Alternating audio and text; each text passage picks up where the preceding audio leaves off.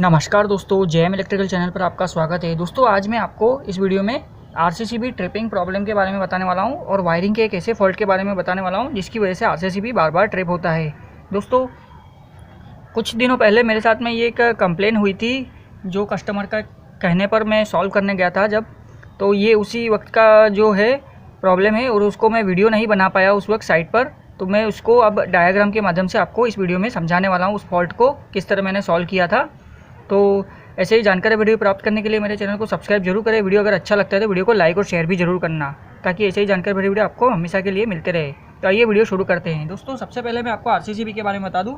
RCCB दिखने में कुछ इस तरह से होता है। दोस्तों कोई भी यहाँ पर उसके जो आउटगोइंग और इनकमिंग टर्मिनल हो सकते हैं कंपनी के ऊपर डिपेंड करता है, वो वहाँ पर उस पर मेंशन किया हुआ रहता है। यहाँ पर उसमें ट्रिप बटन इस तरह से दिया होता है। तो दोस्तों आरसीसीबी जो होता है वो कैसे काम करता है, सबसे पहले तो मैं उसके बारे में आपको बता दूं। तो आरसीसीबी जो है दोस्तों फेज और न्यूट्रल के बीच में जो करंट का डिफरेंस होता है उसको सेंस कर काम करता है।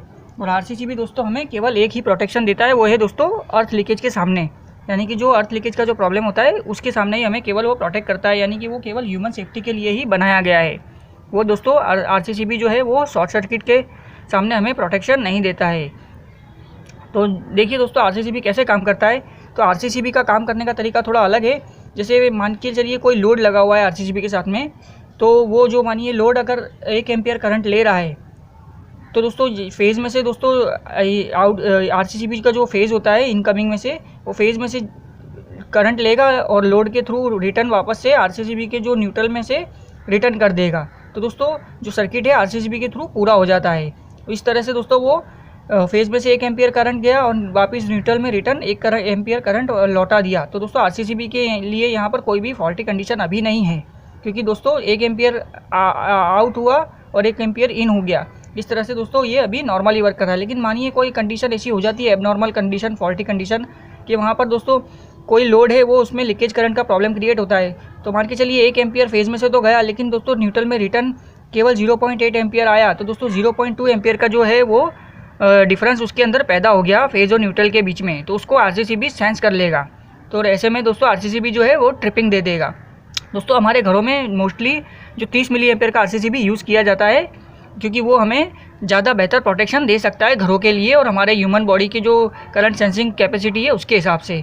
तो इसी तरह से जो हमारे घरों में आरसीसीबी का जो इस्तेमाल किया जाता है वो 30 मिली एम्पियर को का ही किया जाता है। अब दोस्तों मैं जो मेरे साथ में फॉल्ट जो फाइंडिंग करने गया था उसके बारे में मैं बताऊं कि आरसीसीबी ऐसी कंडीशनों में भी ट्रिप हो सकता है। तो देखिए दोस्तों मैं एक दो कंडीशन और बता दूं कि आरसीसीबी और भी कब ट्रिप होगा।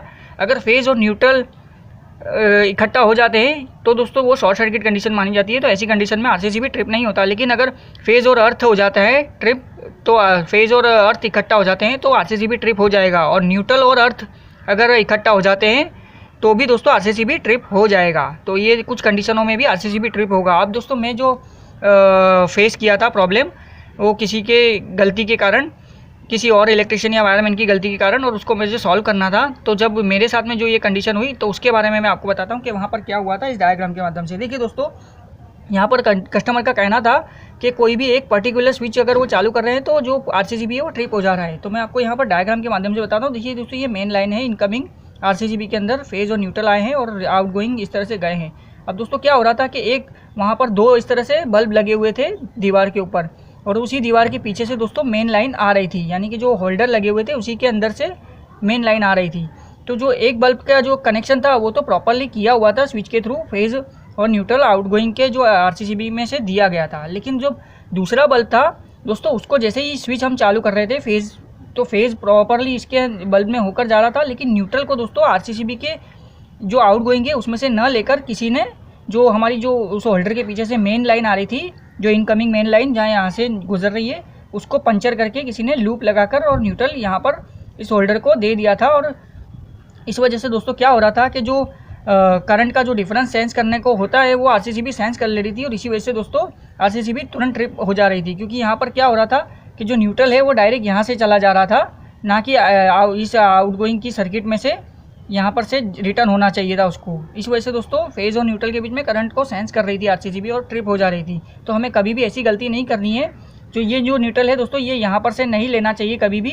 हमेशा कभी भी पूरी सर्किट का जो है न्यूट्रल हमें आरसीसीबी की आउट गोइंग से ही लेना चाहिए। ये न्यूट्रल यहाँ से ना लेकर यहाँ से ही लेना चाहिए था, या यहीं से गिन लो तो यहाँ से लेना चाहिए था ये न्यूट्रल। तो ये उस जिस किसी ने भी वो काम किया था उसमें ये बहुत बड़ी मिस्टेक उसने की थी कि जो डायरेक्ट इस तरह से न्यूट्रल बाईपास कर दिया था, और इस वजह से दोस्तों आरसीसीबी ट्रिप हो रही थी। तो इस तरह से मैंने उस फॉल्ट को सॉल्व किया और न्यूट्रल को वापस यहाँ से डिस्कनेक्ट कर और यहीं से आरसीसीबी के आउट गोइंग में से वापस से जोड़ दिया, और इस तरह से मैंने उस प्रॉब्लम को सॉल्व कर दिया। तो इस तरह भी कुछ प्रॉब्लम हो जाते हैं कभी कभी। तो उम्मीद करता हूँ आपको वीडियो अच्छा लगा होगा। वीडियो पर अंत तक बने रहने के लिए धन्यवाद।